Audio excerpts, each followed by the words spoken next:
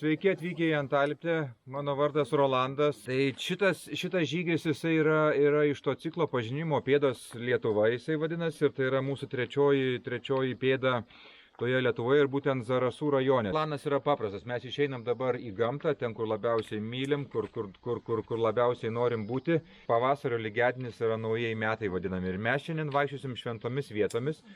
Tų laikų šventomis vietomis ir kaip pasakyti, ir tuos naujus taip ir paminėsim. Tai mes šiandien niekur nepabėgsim nuo vandens ir keliausim tikrai gražiom vietomis. Jeigu esam Zarasų rajone, senuosius pavadinimus žinot, kaip vadinosi Zarasai anksčiau. Novo Aleksandrovskas.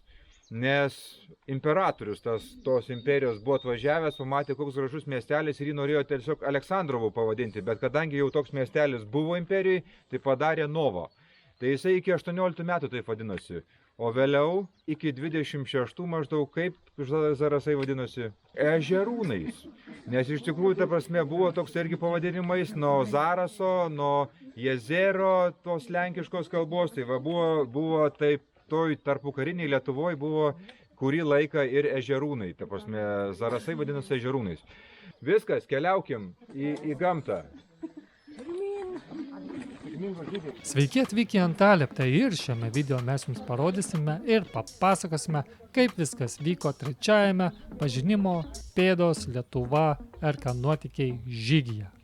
Reikėtų eiti jo užrištom akim, o kai nusirišime akis, anoj pusėje tilto mes nusikeltume į 13 amžių. Wow. Tai va, tai kas nori eiti 13 amžių tiesiai, tai užsirišat akis, o šiaip tai, kaip pasakyti... Užsimerkiam. Jo, galit ir užsimerkti viską. Aš manau, kad mes neviršysim tonažo užlipę. Gerai, tas užsimerkiu, Taip, mes kertam šventąją.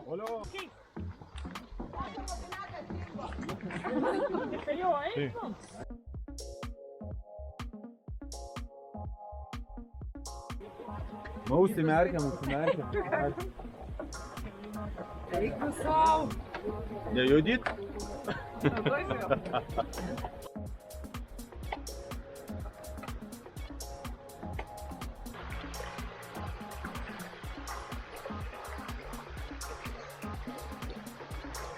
Jūs tik pažiūrėkit, kiek gausiai susirinko mūsų linksmai nusiteikusių dalyvių.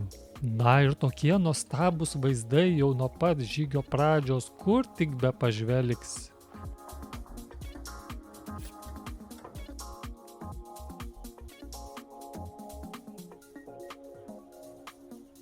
Netrūko pamatyti ir štai tokio dizaino pastatų.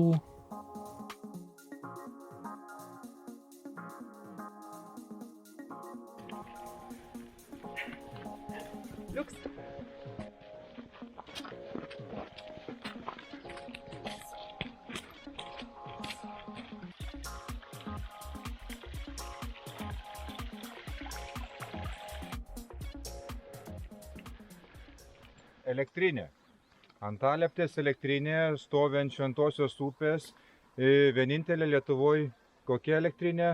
Kalnų upės. Taip, Kalnų upės elektrinė, nes, pavyzdžiui, visos kitos, jos yra, dažniausiai būna užtvanka ir tada jau elektrinė. Mes tiesiog dėl Šventosios mes negalėsim jos dabar pasiekti, bet, tiesiog pavažiuoti verta, nes yra viskas kitaip, yra viskas atvirkščiai. Į Kruonio matėt kažkada tai tuos vamzdžius, ne, kur turim akumuliacinę?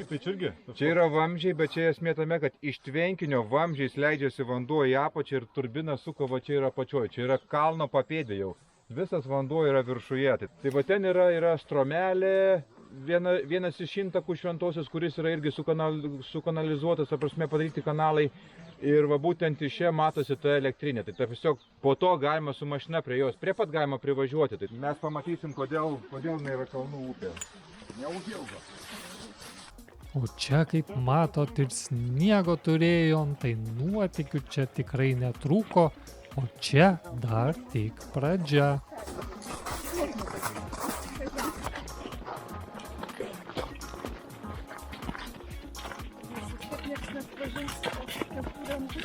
Teko praeiti ir pro tokias šventas skulptūras.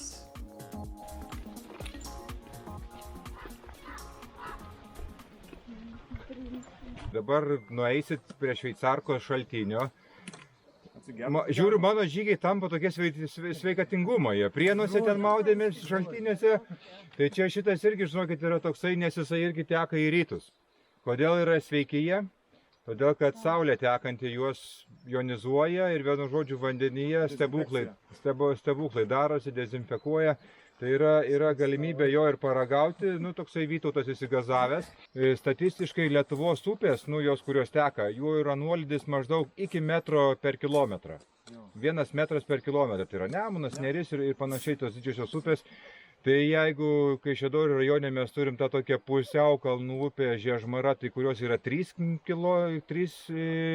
metrai per kilometrą nusileidimas, tai mes dabar artėsim prie Šavašos, kur yra 8,11.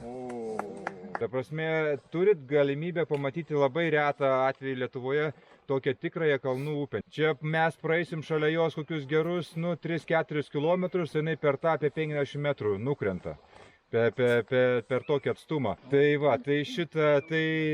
mes bandysim ją pačiupinėti. O dabar, kadangi ten gali būti nedaug vietos, tai taip gražiai, kas nori, nueina, pažiūri, ten šiaip iš tikrųjų versmės. Iš dugno kyla, ta prasme, vanduo verčiasi akis vadinamo šaltinio. Tai įdomu pamatyti būtų. Taip, tai tada grįžtam atgal čia. Kas nueina ir pareinam. Na, o čia kaip matot, mineralizacija tikrai nemaža. Galima gerti čia? O šitas šaltinis ypač sąnarių ligas. Na, tai kaip ir girdėjot, šio šaltinio vanduo tikrai daro stebuklus, teko ir man paragauti, tai skonis nemažai geležies, sakyčiau. Ta mūsų Šavaša, prie kurios mes vaikščiosim, tai jau jaučiat, koks skirtumas yra kalnų upės. Tai jinai va taip ir krenta. O tas mažasis upelis, kuris atiteka, yra Šventoji. Ta didžioji mūsų upė Šventoji. 250 km visoje Lietuvoje, ilgiausia upė Lietuvoje tekanti. Bet šita vieta vadinama Velnynė. Todėl, aišku, jinai pasikeitė po elektrinės pastatymo, nes elektrinė yra už šito kalno. Kanalai nauji, viskas padaryta. Šitą vietą tais senais laikais, prieš 58 metus, mėgo, gal mėgo ir nemėgo baidarininkai, nes jos praplaukti, ta prasme, neišvirtus buvo labai sudėtinga. Nes jau matot, kokie rastai, slenkščiai ir panašiai. Tai va, o čia vat esame toje santakoje ir Šavašoj vandens yra.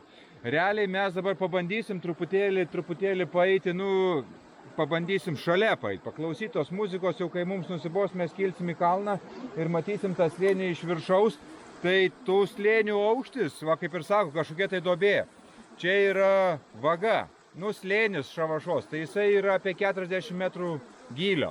Tai mes realiai prie Lūšų piliakalnio užlipsim ant piliakalnio, bus maždaug 40 metrų nuo čia, ką mes dabar stovim. Tai va, tai smagu, kad upėje yra vandens. Jinai yra akmenuota, plauna, žvirgžda. Tai va, jinai tokia yra būtent kalnų upė.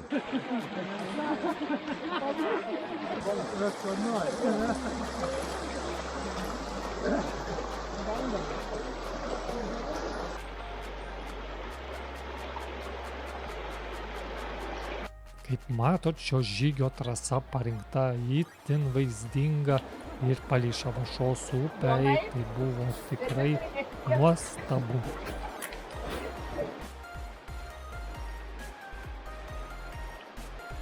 Na, o čia po biškelį prasideda Rykalnės.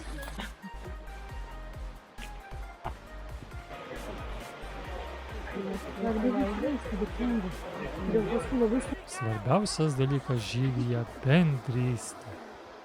Tai va, tai ten tas akmenukas tos Šavašoj stovi su pėda. Yra įminta. Jo, tai irgi va čia apie tos tikėjimus. Tai vieni velnio pėdą neįmina, kitas dievas, kad įminė eidamas į dangų, kitas į pragarą, kad bėgdamas. Ir visokių tų mitų ir padavimų yra, bet įdomiausia turbūt tai, kad yra labai tokių nevienareikšmiškų ir labai kryžmiškai sueinančių. Tai jeigu, tarkim, tas pėdas dažniausiai koks nors ten dievulis įminė arba velnės įminė, bet vienu žodžiu tas vanduo pėdoje yra šventas kažkodėl, ta prasme, po velnio įminimo. Tai va, tai keista taip, bet toks tikėjimas buvo. Pamenat, kaip prieš tai Rolandas minėjo, kad kopsim į kalną. Na, tai pakopinėkim.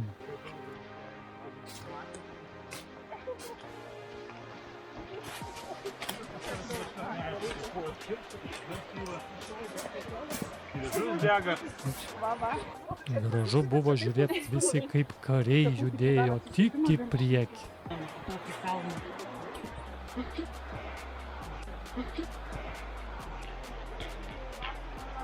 Labai paprasta. Sunku buvo. Nebuvo sunku. Apgavom. Na, o čia ir medžių nuvartytų buvo, teko pasilenkt po jais, teko ir perlipt per juos ir jų čia buvo itin daug.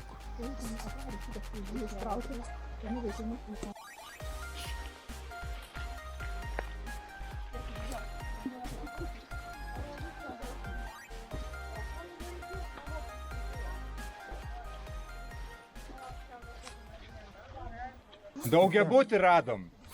Barsukas gali gyventi su kuo? Su usūriniu šuniu. Kartu? Kartu jie gali. Ir lapės gali kartu gyventi. Yra tokių urvų, kur ten, tarkim, yra daugiaaukščiai. Yra tekę, su medžiotojais truputėlį bendrauti. Tai toks, žinot, jagas, toks yra šuniukas, kur va, bebrus išveja iš urvų. Tai jisai įlindo į barsuko urvą, tai po to jis turėjo daviklį, tą žinot, kur šunis seka. Jo. Tai vis tiek šuo brangus buvo, tai bandė atkastinėti. 7 metrus gylio iškasė nepasiekė. 7 metrų gylis? Su traktoriumi atvažiavo specialiai kasti tą, nes mato dar daviklis veikiantis. Jo, bet nespėjo, reiškia. Nes su 7 metrų duobė iškasė nepasiekė. Ir taip skindamės į kelią pro šakas, judame toliau. Aha. Įdomiai. Geras.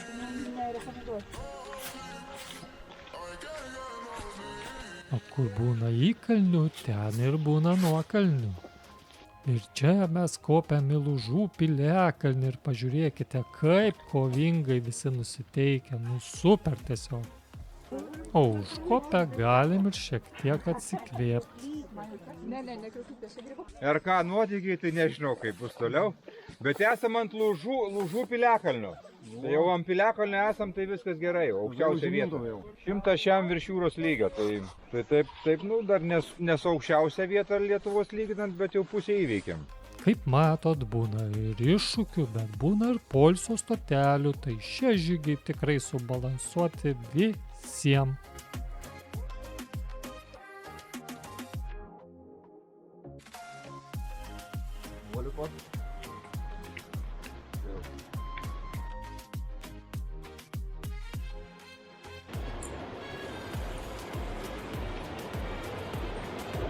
O dabar artėsim link Lūžų akmens ir pažiūrėkit, kiek čia daug visko galima rasti. O čia teko ir paslidinėti ir įsikabinti reikėjo į ranką vieni kitiems.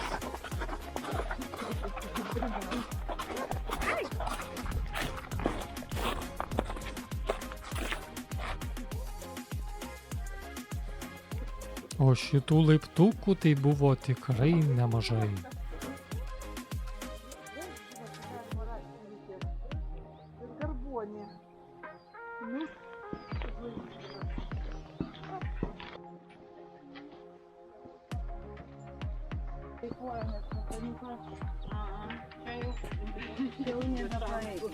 Viena dalyvė sakė, jog net pasijautė šioje vietoje kaip Slovakijoje.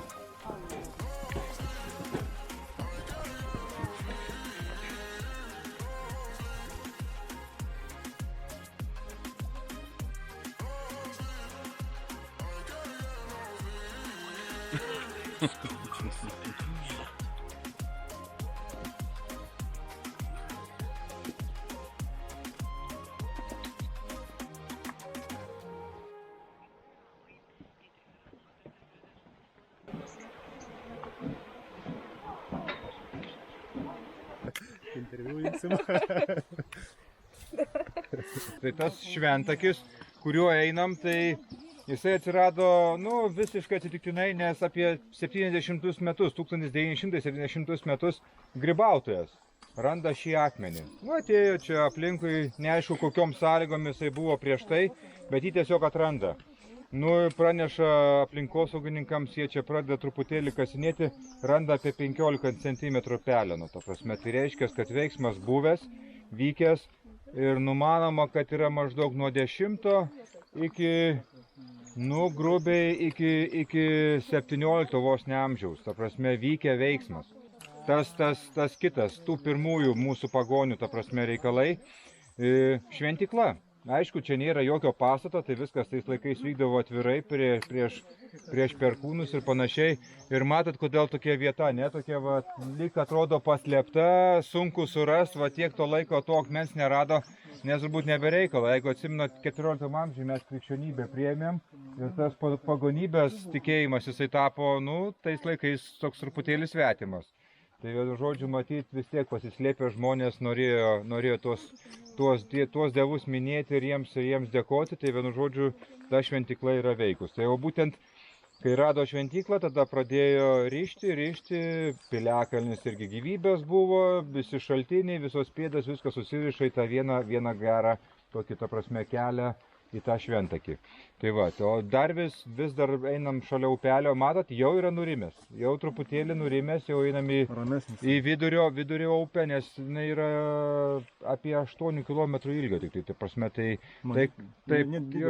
va ką matėm ir tas toksai pats didžiausias kritimas, tai buvo tas prie žiočių, tai girdėjot, jinai jau dabar jau ramesnė ir vis ramės, bet vis dar einam šalia. Reikia kažką aukot. Tai katra. Avina.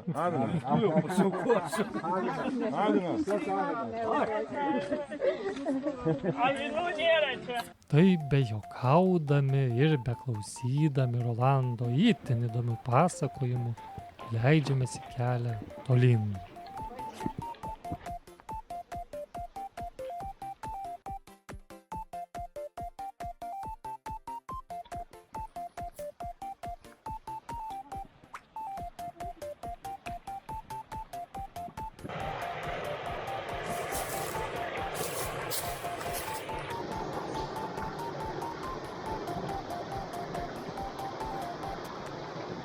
Na, jūs man pasakykit, ar tai nėra nuostabi vieta žygiuot palei tokį gražų gamtos kraštovaizdį.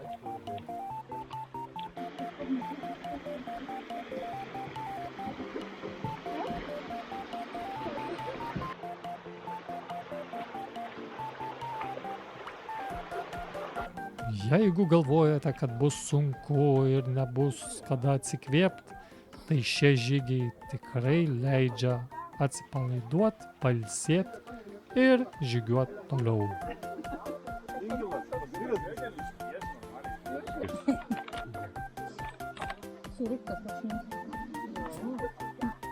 Patikrintas variantas žygelė, va taip va, žinai.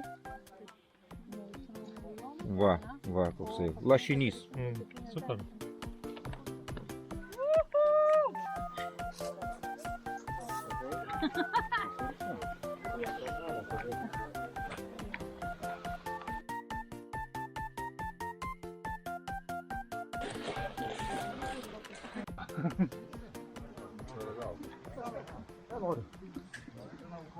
Jau matau, va įsitraukė telefonus, viskas gerai, dabar pažiūrėkit, ką telefonuose matot, kur esat. Esam visiškai artimiausiai žygio vietoje, ta prasme žygyje artimiausiai esam prie Madagaskaro.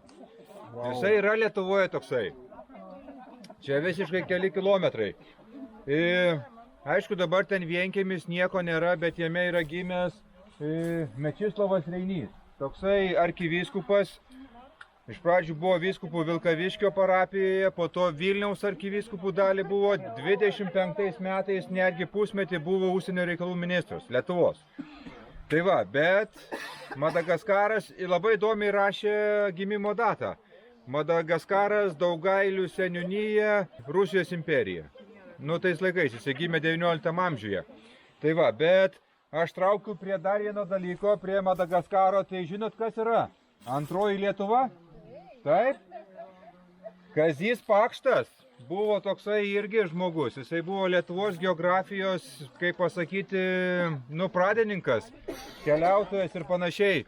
Jisai atsimenat, kokią turėjo idėją? Antrosios Lietuvos. Čia realiai, kaip pasakyti, turbūt gal Ivaškevičius pritraukė prie Madagaskaro, bet jo planas buvo toksai, kad, ta prasme, išpirkti už Lietuvos pinigus, išpirkti žemės Amerikoje arba Afrikoje, nusipirkti.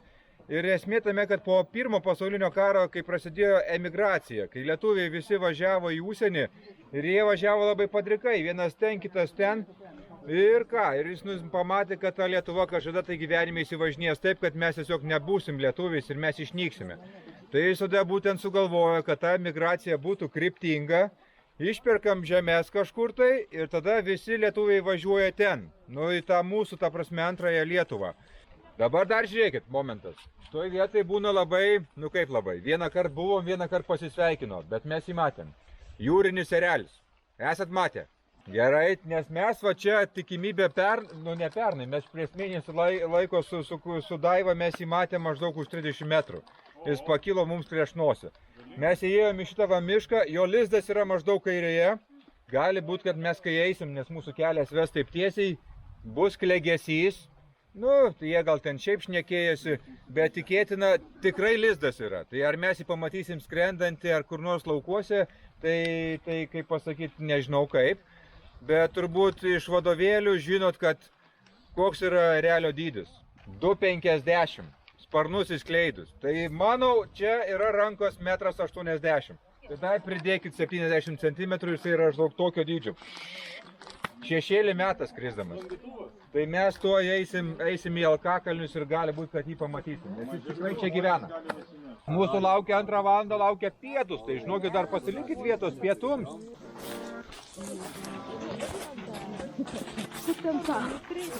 Pamatom kliūtį, padedam vieni kitiem, va čia tai bendruomenė.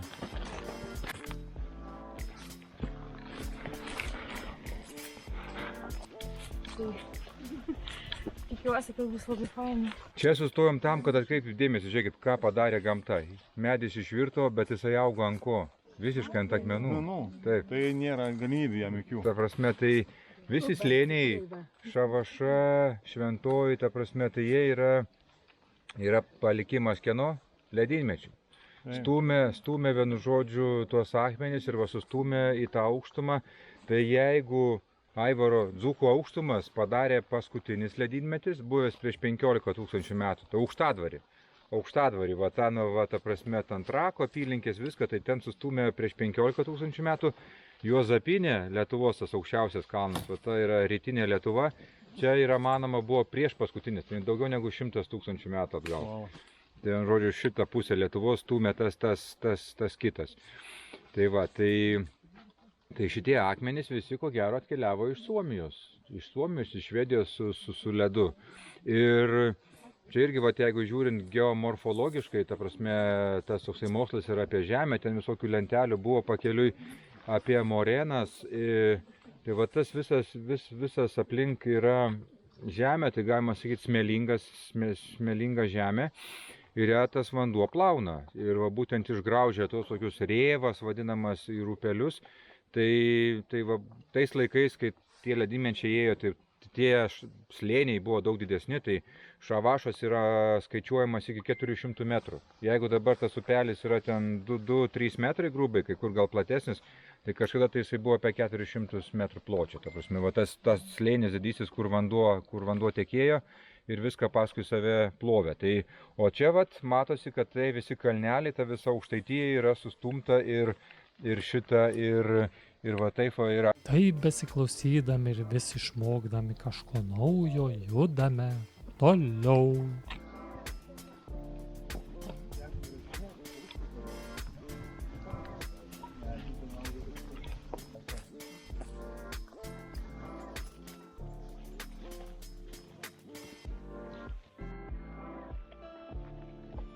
Šiame žygyje įvairovės tikrai nemažai, nes buvo ir miškų, kaip matėt, ir tų takelių visokių, ir metalinių laiptelių, o dabar išėjom į atvirus laukus.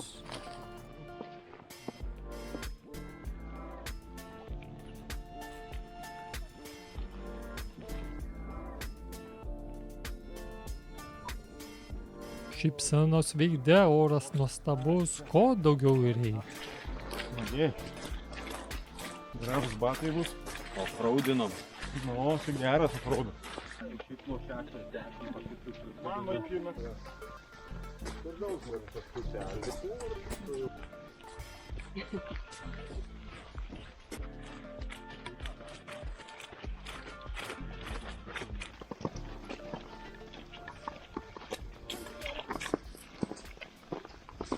Tada apie bendrą programą. Mums liko grubiai mažiau negu 2 km iki finišo. Manau, kad turėsim laiko persimaut batus, kam labai jau ten tie murzini viską, nes ta antroji dalis bus viduje, tai ten tikrai, kad į bažnyčią neprineštume labai daug viso turto. 2 valandą pietaujam. Vietiniai taip. Šiupinys žada būti. Tai papietausim vienuolyne. Tai galite ten klausinėti, čia vietiniai labai bendruomenė aktyvi, inovatorių slėnis vadinasi. Yra galimybė nakvotame vienuolyne, celėse. Tai vienu žodžiu jūs įsiklausinėkit, gal žiūrėkit vasarą ir grįšit visai su nakvynė čionais. Kas seka tos RK nuotykius, galbūt matėt, kad mes per 5 metus mes planuojam apeiti visą Lietuvą. Tai ta prasme, kiekvienoje savivaldybėje pasidaryti po žygelį. Jo, tai Biržai, Utena, tikrai žinau, kad iš tus kraštus grįšim ir šalia, tai sekite tuos RK nuotykius ir pagal kalendorių, ta prasme, mes susidėliosim. Tai 60 savivaldybių, tai grubiai per metus 12 žygių. Tai per mėnesį po kartą kažkur vis keliaujam. Tai vienu žodžiu, tų nuotykių tikrai bus. Gerai, viskas, keliaujam. Dabar pažadu gražiausią Antalieptės vaizdą.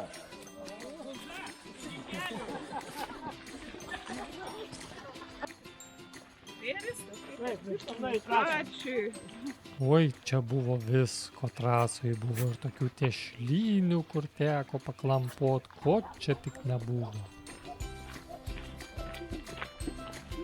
Na ir po biškelį grįžtam į Antalieptės miestelį, bet čia dar tikrai ne pabaiga.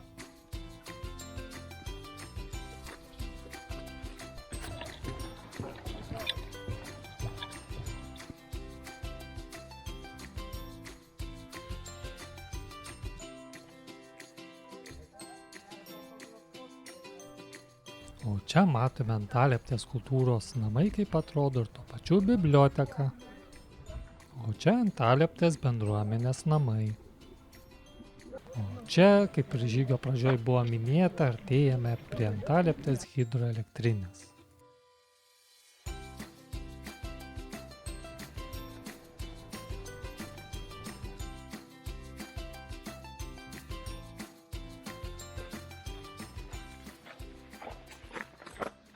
Yra šitas kanalas, ta senoji senvagė, tai mes ten nekurėjom, šava, čia įteka mūsų kairėje pusėje, ta prasme ta velnynė, kuri buvo, kur tekėjus kažkada tai, ir būtent šitoje vietoje jie nusprendė tą statyti elektrinę, bet kaip ir sakė Aušra, ta prasme jinai suprojektuota daug anksčiau, po to pradėta statyti ir yra ten knyga ir ne viena parašyta vien tik apie tą statybas, kai viskas vyko.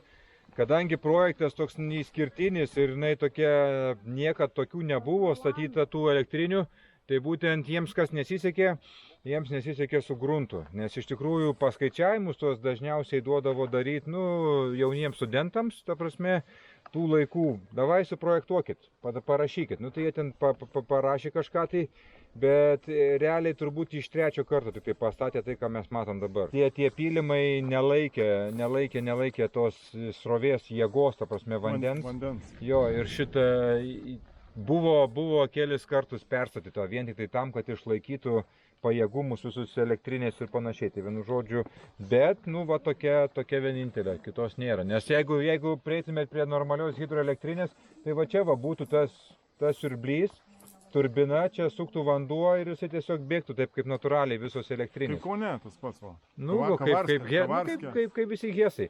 Dabar jinai labiau panašiai į kruonį, tik tai pas mus kruonį tais vamzdžiais į viršų vanduo kyla. Jo, tai toks reikaliukas. Kojas susipina baudins turbūt.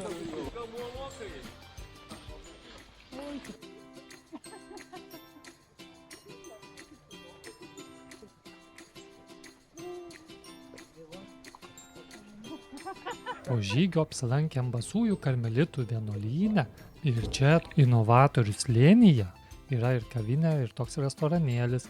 Ir čia ar ką nuotikį šventė jau 3 metų gimtadienį. Kiek čia visko buvo daug, nustebsite. Mes dirbam.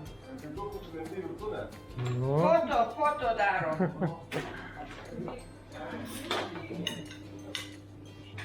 Opa. Darbas vyksta. šioje vietoje ko čia tik nebuvo. Čia ir bendruomenės šiupinys buvo labai skanus ir sotus, ir vandens su citrina buvo, ir arbatos, kas norėjo, visko buvo. Turbūt, per visus 3 metus šiandien yra 57 renginys, įvykis, žygis ir panašiai. Tai iš tikrųjų labai džiugu, kad, nelabai džiugu, kad mes netelpam čia, bet iš kitos pusės tai yra gal gerai, kad tiesiog yra ta bendruomenė tokia didelė ir auganti, kad jau mums darosi anksta. O tortai čia pas mes simbolinis tinginys, dažniausiai būna pas mus, tai pernai valgėm 2, šiemet kaip Karsonas, aš turiu 3 tortus. Visada geriau 3 tortų ir 1 žvaigždė. Taip, čia yra iš tos serijos. Ir dar jeigu pažiūrėsit į spalvas, tai jie irgi yra su tam tikra mintim. Nes kažkada tai buvau žalias, toks vadovas, ta prasme, tai jis žalios spalvos yra tortas. Tada truputėlį parūdo, jau dabar jau 3 metai, jau kaip pasakyti, jau visai rudas. Tai va, dar nekrintas tas lapas, bet ta prasme, bet jau. Tai čia galit paragauti visų skonių, bandysim supjaustyti, kad visiems užtektų. Ir aš ten rašiau story, gal kas matė, tai aš savo palinkėsiu bent 10 kart tiek, kiek čia tų metų yra. Tai ačiū Jums visiems.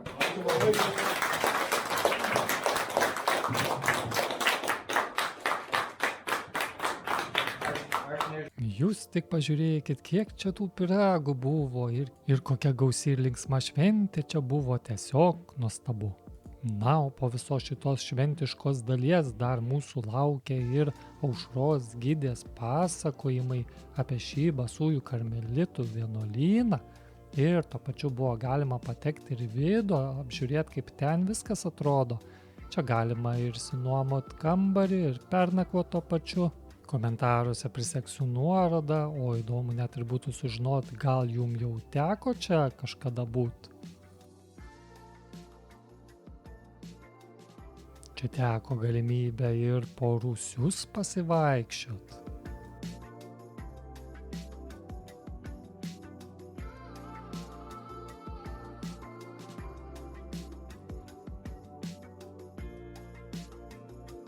O dabar tęsim ekskursiją toliau su Aušra, eisime į šią Švento Atradimo kryžiaus bažnyčią. Jos vidaus dizainas išties nustebins.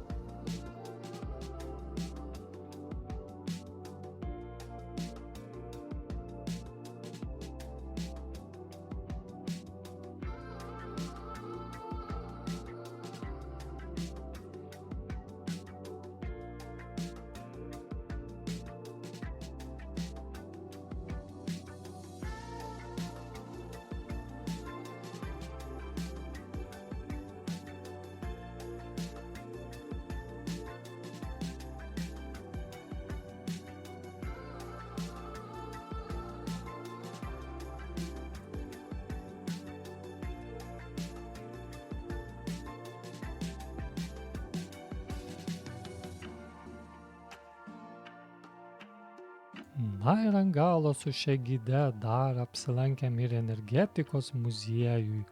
Jūs tik pažiūrėkit, kiek čia visko mes pamatėm ir šitoj vietoj, tai čia tokių antikvariatų radom, kad čia tikrai nustebino.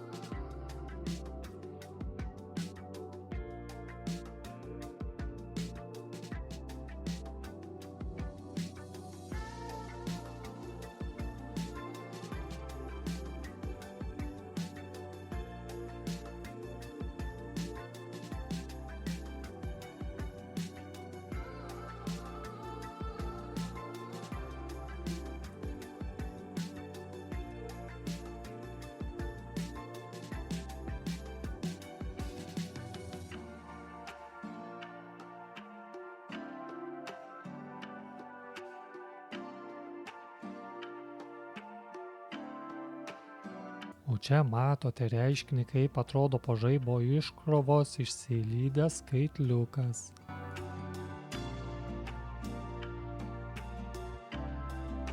Na ir štai atėjo pabaiga ir kiekvienas turėjom tokias pažinimo pėdos knygutes, kur dėjom štampus ir tada turėsim kaip labai fainą atsiminimą. A patiko? Labai. A patiko? Nu, tikiu, kad kažką naujo sužinojote, pamatėt. Tai tikrai, ačiū Tai- labai už gerą laiką, už kompaniją. Dėkui už žygį, nuostabus žygis, esam labai patenkinti, o Rolandui tai linkim dar daugiau sumanimų ir labai lauksim Biržuose.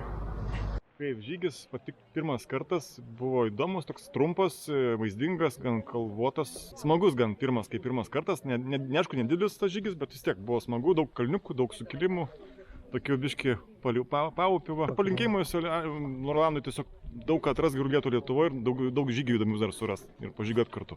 Aš esu pirmą kartą, man labai patiko, jaučiuosi kaip nuvarytas arklys, kojas skauda, čiut parėjau, negalvojau, kad taip gerai bus ir kad taip sunku bus, bet labai labai fainai, o ko šitai buvo? Ai, nu ir didžiausi linkėjimai, 3 tortai ir jam visų gimtadienių ir visų švenčių progas, sveikatos ir kuo daugiau geresnių žygių. Su gimtadieniu, Rolandai.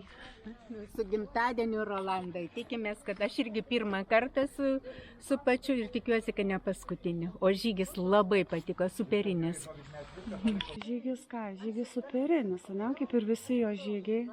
Kiek esu dalyvausi, tai jeigu reikėtų pasirinkti, kuris buvo kažkoks geriausias, įdomiausias, tai tikrai taip to negalėčiau padaryti, nes jie visi kažkuo kitokie ir tikrai daug visokių įspūdžių.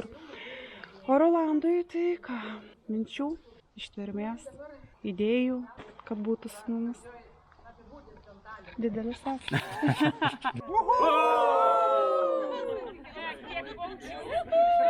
Gandrus išvaikysiu. Taigi, mielieji ir mielosios, jeigu tikrai jums patinka nuotykiai, ieškote kažko naujo ir įdomaus ir tuo pačiu tokios draugiškos ir šiltos bendruomenės ir įdomių pasakojimų, ar ką nuotykiai tikrai jums. Susitikime kitose kartuose. Iki.